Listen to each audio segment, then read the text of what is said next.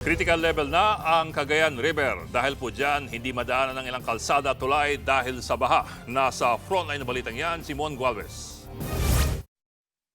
Wala ng bagyo, pero lubog pa rin sa baha ang malaking bahagi ng Tuguegarao City sa Cagayan.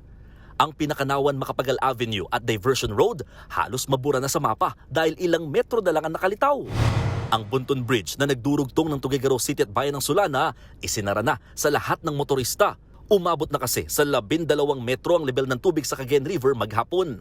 Bago mag-alas 7 ng gabi, nang muli itong buksan sa mga motorista. Pero isa-isa lang muna mga pinapadaang mga sasakyan. Bawal din muna ang mga truck, bus at iba pang sasakyang higit sa 15 tonelada ang bigat. Ganyan din ang sitwasyon ng Bagay Bypass Road o ang Tuguegarao West Diversion Road Project. Magsisilbi sana itong alternatibong ruta sa mga motoristang daraan sa Bunton Bridge, pero pati ito hindi na ma-access dahil lubog na rin sa baha. Binahari ng ilang bahay at tanging bubong na lamang ang nakikita. Pati nga mga puno, dahon na lang ang naaaninag. Ganito kalala ang iniwan ng super bagyong Uwan sa probinsya.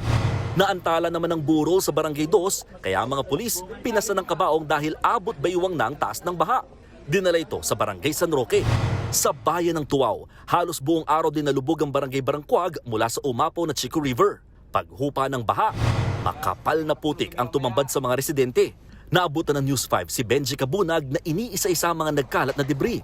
Umaasa siyang makakakita pa ng gamit matapos matangay ng malakas na ragasan ng tubig ang buong bahay nila. Papaiyak na lang sir nung nahulog sir. Wala talaga. Ganun na lang sir, wala din magagawa.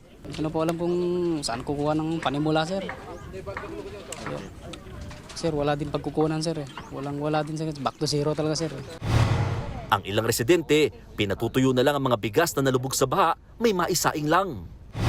Naanod lahat yung mga bahay namin. Lahat wala kami naisalba. Sa drone video ng News 5, makikita ang mga dinaanan ng putik at tubig mula sa Chico River. Natabunan na rin ng putik ang mga taniman ng palay at mais. Galing kasi ang tubig dito mula sa ulang bumuhos sa Kalinga at Mountain Province. Kwento ng mga residente, nung dekada 90, aabot pa raw ng 3 kilometro yung lawak nitong lupa bago marating yung mismong Chico River. Pero ngayon, unti-unti nang lumiliit itong lupa dahil sa patuloy na paglamo naman ng ilog. Malapit na nga sa mismong kalsada, papunta na rin sa mga kabahayan. Puna ng Cagayan Provincial Government, hindi raw sana ito mangyayari kung mayroon lang flood control program sa ilog gaya ng dike o river wall. Para yung tubig na dediretso dito ay mag-guide kasi dadaan lang naman ang tubig dito eh. Pero since it's heavily silted, ang tendency is to spread out. Huwag na lang i-politicize ito.